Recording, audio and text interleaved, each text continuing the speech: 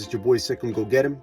We're in day 2 with the 31st dates with God, getting to know God. Today's title, I Am Consistent. And we're in the book of 2 Timothy chapter 2, starting in verse 11 to 13.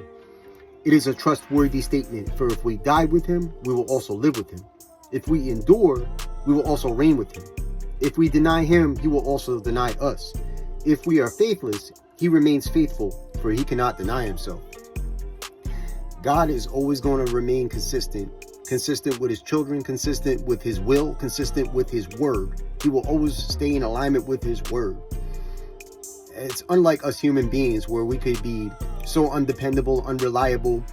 We could fall off the wagon, but God never will. God will always remain on point, irregardless of the days that we have. We might have a bad day and we might not feel like doing anything or something, or feel like dealing with somebody at a specific point in time.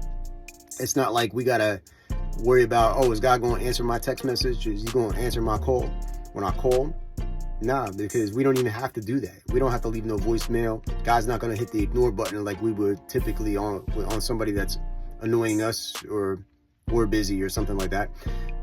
But we have his Holy Spirit that dwells in us, and we could always be in touch with the Lord because he's right dwelling in us. Now, if we died with him, we will also live with him. So part of dying to ourselves is becoming more consistent in being habitual and being intentional of strengthening our relationship with God. Dying to ourselves, denying our flesh, putting our flesh to the back burner, and making sure that we remain consistent in our relationship with the Lord. If we endure, we will also reign with him. So no matter how we're feeling in a specific day, we might have a really bad day, but we just have to make sure that we remain consistent in what we're doing for God, glorifying him and bringing him honor and showing him reverence, most respectfully, because he is God. He is exalted. He is glorified. He is more than worthy of all of our praise, all of our time, and all of our consistency, especially. If we deny him, he will also deny us. I mean, we don't want that to happen. And, you know, when you think about it, we are denying God in specific ways, unintentionally at times. We're denying him by not putting him first, or by pushing him to the back burner and putting other things that might be on our agenda in front of him. So we're basically, you know, denying him in a certain sense. As kind of bad as that sounds, but it's true. If we are faithless, he remains faithful, for he cannot deny himself.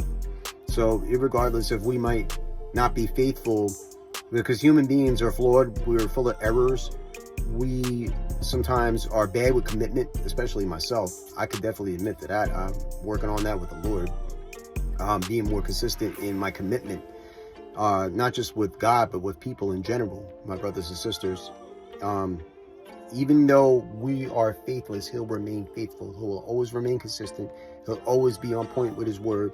He will never stray from his word, because he is the word.